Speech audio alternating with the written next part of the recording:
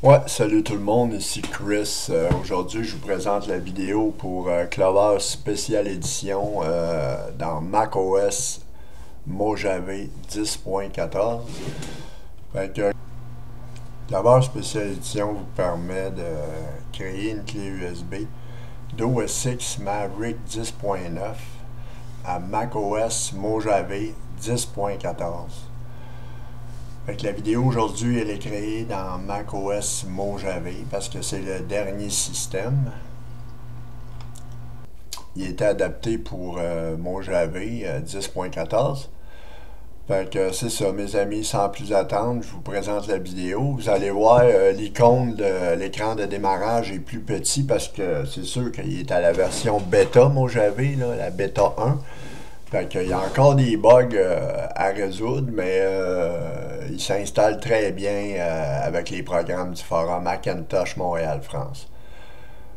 Fait que tout ce que vous avez à faire, ben, vous ouvrez l'image disque, comme ceux qui ont connu la version pour macOS Sierra, iSierra, vous déplacez l'image sur le programme sur le bureau après avoir ouvert l'image disque. Et on éjecte notre image disque avant de poursuivre. Maintenant, vous devez brancher votre lecteur USB ou votre disque dur externe. Moi, j'utilise un disque dur de 250 Go externe. Fait que voyez-vous, l'icône est plus petit. Fait que pour l'écran de démarrage, fait qu'on vient choisir création USB. Et on vient formater notre disque. Pour ce faire, on démonte la partition. On clique sur démonter sur le nom du volume qui est moi et USB. Fait que je clique démonter. Et on va venir effacer le disque entier. On clique sur le disque entier. On vient choisir effacer. macOS étendu journalisé et en table de partition GUID. Vous le renommez le nom que vous voulez. De toute façon, il va être renommé par le programme. Fait que moi, je le renomme USB. Et ce disque-là va être formaté dans le bon format. Il n'y aura plus rien dessus. Fait qu'on quitte l'utilitaire de disque pour poursuivre, bien entendu. On choisit USB et on vient choisir OK. Maintenant, on entre notre mot de passe. Le volume va être renommé USB Installer, comme vous pouvez voir. Maintenant, on vient choisir notre install macOS mojave.app. Fait que moi, il est sur mon volume Macintosh HD. Fait que je viens le choisir qui est dans mes applications. L'installer macOS 10.14 bêta pour le moment. Quand il va être à la version originale finale, ça va être le même fonctionnement, mes amis. La vidéo va rester la même. C'est sûr que l'écran de démarrage de Clover va être plus grand, vous allez voir. C'est sûr qu'Apple va corriger ça. Fait que maintenant, c'est en train de s'installer sur USB Installer et vous allez voir, le volume va être renommé par l'installer macOS automatiquement. Et voilà. Fait que ça, vous pouvez quitter ça, cette fenêtre-là. Si vous avez un disque dur externe, c'est sûr que ça va apparaître. Et voyez-vous, Install macOS 10.14 Beta. Fait que je vais rester avec vous dans la vidéo tout le long de l'installation parce que c'est très rapide pour moi. C'est un disque dur externe 250 Go. Fait que dans un boîtier USB 3, fait que ça va très très vite. Ça va prendre à peu près 3 minutes la création de la clé USB. Fait que voyez-vous, la progression de l'installation aussi est dans Clover Special Edition et vous l'avez sur la barre de progression en haut. Fait que ça, on laisse ça comme ça, on touche à rien. Quand vous cliquez dessus, ben c'est sûr, vous allez avoir votre barre bleue qui apparaît là. Si jamais vous avez ouvert un autre dossier, la barre elle va devenir blanche. Fait que vous avez juste à cliquer sur Clover V2.4K Special Edition V5. Fait que l'installation est en cours, comme vous voyez là. Et ça, vous quittez ça, les outils de ligne de commande, vous ne touchez pas à ça. De toute façon, ils ne s'installent pas dans la bêta pour le moment. Si vous avez cette fenêtre-là, vous faites ignorer là-dessus. Voyez-vous, notre install macOS 10.14 a été créé. Maintenant, l'installer Clover a ouvert automatiquement. on change l'emplacement, on vient choisir le volume. Et pour les cartes mères UEFI, c'est ça ici. Vous cochez installation pour UEFI et l'install ESP va être automatiquement coché. Les thèmes, vous les choisissez tous. Les drivers 64 UEFI, je vais tous vous les montrer.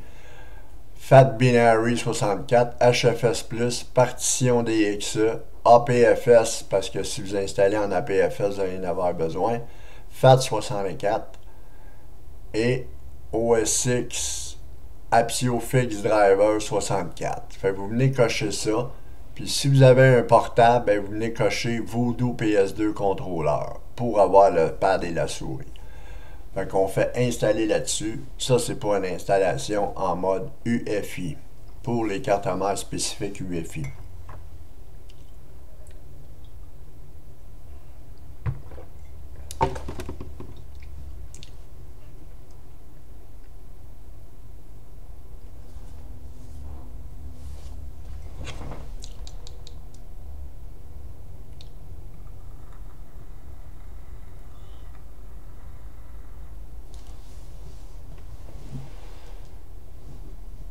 Comme vous pouvez voir, je suis en dark mode, fait que c'est sûr que les icônes apparaissent pas dans le package. Si j'aurais été en light mode, on aurait eu le même package Clover Special Edition.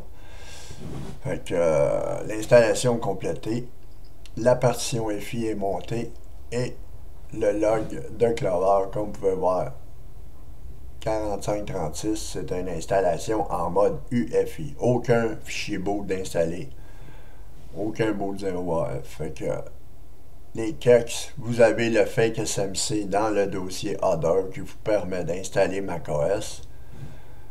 Et les drivers 64 UEFI sont tous là pour booter votre installation. Les thèmes, tous les thèmes sont là. Présentement, le thème par défaut dans l'installer USB, c'est Simplicité. Le config.plus, vous avez des choses à changer. Maintenant, je vais vous montrer un install en ESP. Si vous voulez utiliser des cartes Legacy, des configurations Legacy, fait que je vais vous montrer. Si vous auriez eu un choisir Legacy, c'est comme ça. Fait que vous ne choisissez pas le mode UEFI, vous choisissez ESP et vous choisissez Boot 0AF dans le bootloader. Clover 64, bien sûr, dans Clover FI. Clover 64 bits SATA. Les thèmes, la même chose. Vous venez cocher les drivers 64. Vous les cochez tous, comme ça.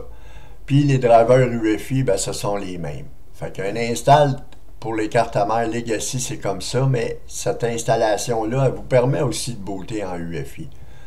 Fait que, parce que Clover s'installe dans la partition FI, la seule différence, c'est qu'il y a un fichier boot d'installer et les fichiers boot de Clover sur le volume d'installation.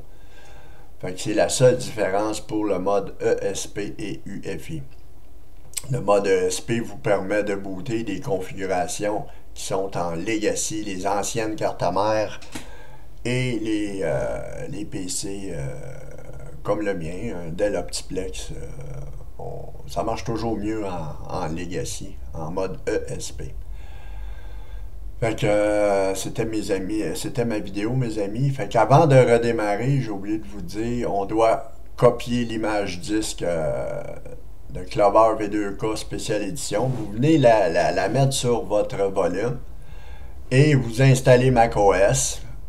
Vous rebootez, vous installez macOS, vous remettez l'image disque sur le bureau et vous déplacez Clover Special Edition sur le bureau et vous choisissez votre installation, le même que vous avez fait pour la clé USB. Si ça a bien fonctionné pour vous, ça va bien fonctionner pour la post-installation. Maintenant, vous exécutez, vous venez choisir Clover Installer. Voyez-vous? Au lieu de créer une clé USB, on ouvre le package Clover Installer pour compléter notre post-installation. Ça, c'est pour rendre notre volume bootable. Parce que présentement, votre volume, après que vous allez installer macOS, votre volume n'est pas bootable. Fait que vous bootez toujours avec la clé USB pour installer et pour rebooter sur votre nouveau SSD ou disque dur ou celui où macOS est installé. Fait qu'après l'installation, vous déplacez Clover Special Edition sur le bureau, ouvrez l'image 10, déplacez Clover Special Edition.app sur le bureau et vous le redémarrez de la même façon que vous avez créé votre clé USB. Si ça a marché, c'est sûr que ça va fonctionner encore pour la post-installation. Fait que c'était ma vidéo, mes amis. J'espère que ça vous a plu. Fait que bon macOS Mojave 10.14 avec Clover V2.4K spéciale édition V5. Merci beaucoup. C'était Chris 1111 du forum Hackintosh Montréal France. À la prochaine. Bye bye.